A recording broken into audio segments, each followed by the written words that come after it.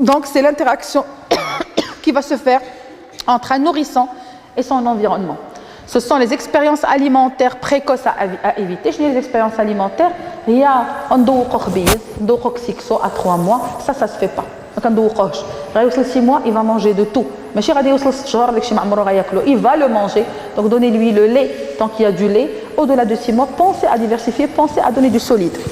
Après, bien sûr, l'activité physique, il faudrait savoir y penser. Et les recommandations, tous les enfants avec un indice de masse corporelle au 95e percentile après le rebond de l'adiposité, vers 6 ans, sont considérés comme obèses et doivent être pris en charge médicalement. Donc le rebond de l'adiposité, il faudrait déjà avoir un carnet qui est bien notifié avec une courbe de croissance où il y a des points, parce que si vous avez une courbe de croissance vide, et moi je vois cet enfant pour la première fois, je ne pourrai jamais savoir quand est-ce qu'il a fait son rebond de croissance.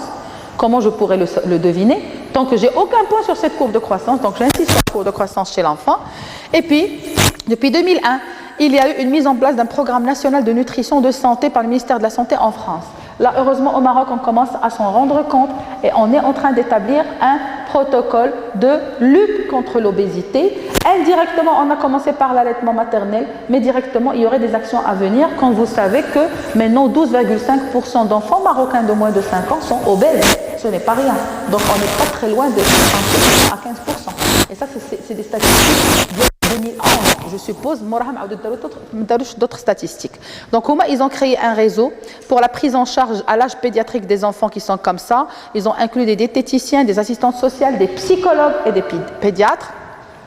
Pour la prévention, il y a eu 6 stratégies clés qui ont été recommandées pour prévenir le surpoids chez les enfants, parce que c'est des gens qui sont arrivés à cette obésité avant nous et qui sont arrivés à des prises en charge avant nous, et on va en arriver aussi. La promotion de l'allaitement maternel, on en est là, justement.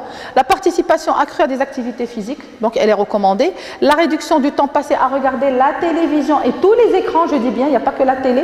Quand vous donnez une tablette à un bébé, c'est la télé. Quand vous donnez votre téléphone, c'est ça. Parce que moi, en consultation, j'ai vu un enfant qui présentait des troubles de spectre autistique. Donc, on dirait un autiste, alors que c'est juste un enfant qu'on a exposé à la télé pendant longtemps. En consultation, moi, je n'ai pas entendu ce bébé du tout bouger. Vous dites qu'il est réactif, il est trop actif, hyperactif. Pourquoi il ne bouge pas d'abord? Donc, comment voulez-vous qu'on rebondisse? Mais madame, c'est un enfant, je vois qu'il est là pour autisme. On vous a dit d'arrêter tous les écrans et vous donnez encore le téléphone pour l'occuper. Donc ça, c'est une culture. Et c'est des enfants qui font des retards d'apprentissage, qui font des enfants qui sont hyper agités, des retards scolaires. Ils deviennent limite débiles parce que nous, on fait de ces enfants-là des enfants comme ça.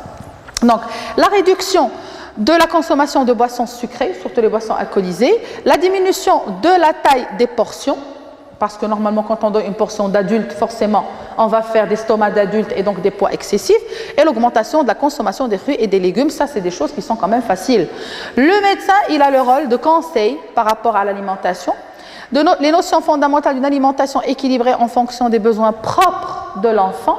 Il faut adapter ça à l'enfant, à son âge, à son poids, à ce qui existe aussi dans l'entourage. D'accord? Il ne faut pas chercher midi à 14h. Je dis toujours, un enfant, il n'y a pas de poisson, on ne va pas lui dire ramenez-nous du merlan. Ça, c'est pas normal. On dit, donc, normalement, on habite à Bni Mellal, on peut demander à la maman de lui donner des sardines en boîte. Ça ne dérange pas. Donc, il a une petite hada à amener des sardines en boîte et ça marche. Ça donnera l'effet que ça donnera avec la quantité d'iode qu'il faut et avec tout ce qu'il faut au niveau des sardines. Notion de variabilité d'un enfant à l'autre et chez le même enfant d'une période à l'autre. Les saisons, l'activité scolaire, sportive et les vacances. Meilleur indice de bonne alimentation, c'est une croissance régulière en poids et en taille. Une croissance régulière mais pas excessive. La correction et la prévention des erreurs, surtout en matière de quantité. La qualité aussi des repas devrait prendre sa part. Et là, j'ai trouvé un papier qui a été publié et qui parlait de certains chercheurs français à l'INSERM, c'est l'Institut de recherche scientifique médicale. Ils ont trouvé que le sentiment de satiété serait retardé chez certaines personnes souffrant d'obésité par un anticorps. L'anticorps, il va retarder le sentiment de satiété. Et donc, ils vont faire intervenir une immunoglobuline qui va ralentir l'hormone de la faim, la gréline. C'est-à-dire, avant que cette gréline vous dise « j'ai faim », elle va la ralentir pour prendre le temps maximum pour qu'on n'ait pas faim. Justement, ils sont travaillés là-dessus. Ils sont en train de travailler là-dessus. Donc, il dit, ce professeur Pierre Deschlottes, si on arrive à modifier les propriétés de ces immunoglobulines, on va pouvoir diminuer l'intensité de l'hormone de la faim, mais ça reste du ressort de la recherche, c'est pas encore codifié. Pour conclure, un enfant sain ne se laisse jamais mourir de faim. Et ça, je le dis, je le redis. Non, il est sain et il ne va pas se laisser mourir.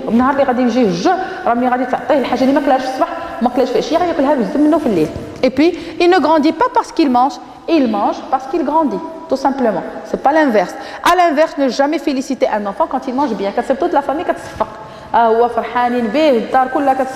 parce qu'il a terminé son plat, et ça c'est débile. Il croit qu'il fait des exploits, donc et donc ça c'est pas normal. Puis certains enfants sont peu mangeurs. D'accord?